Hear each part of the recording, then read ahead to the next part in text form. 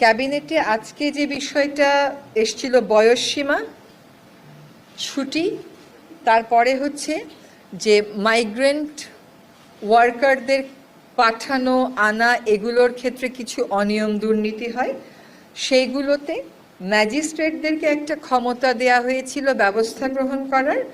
সেই ক্ষমতা প্রথমে আইনে ছিল, পরে ওটা রহিত করা হয়েছে, আজকে আবার ওটা ফেরত আনা হয়েছে। অর্থাৎ ম্যাজিস্ট্রেটদের শাস্তি প্রদান করার এখতিয়ারটা বাড়বে।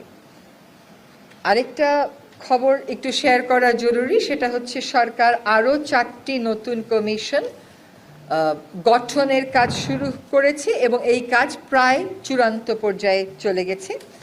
কমিশন 4টি হলো: স্বাস্থ্য নিয়ে কমিশন, গণমাধ্যমের উপর কমিশন, শ্রমিক অধিকার নিয়ে কমিশন এবং নারী বিষয়ক কমিশন।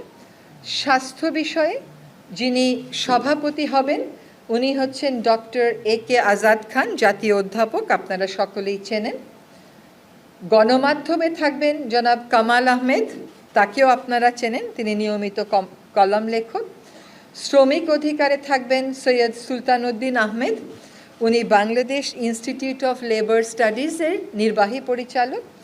আর নারী বিষয়ক যে কমিশন সেটাতে নেতৃত্ব দেবেন শিরিন পারভিন হক, উনি নারী পক্ষের একজন অন্যতম প্রতিষ্ঠাতা এবং সক্রিয় সদস্য। আমরা আশা করি যে আগামী 7 থেকে 10 দিনের মধ্যে এই 4টি কমিশনেরও পূর্ণাঙ্গ সদস্য তালিকা আমরা আপনাদেরকে জানিয়ে দিতে পারবো।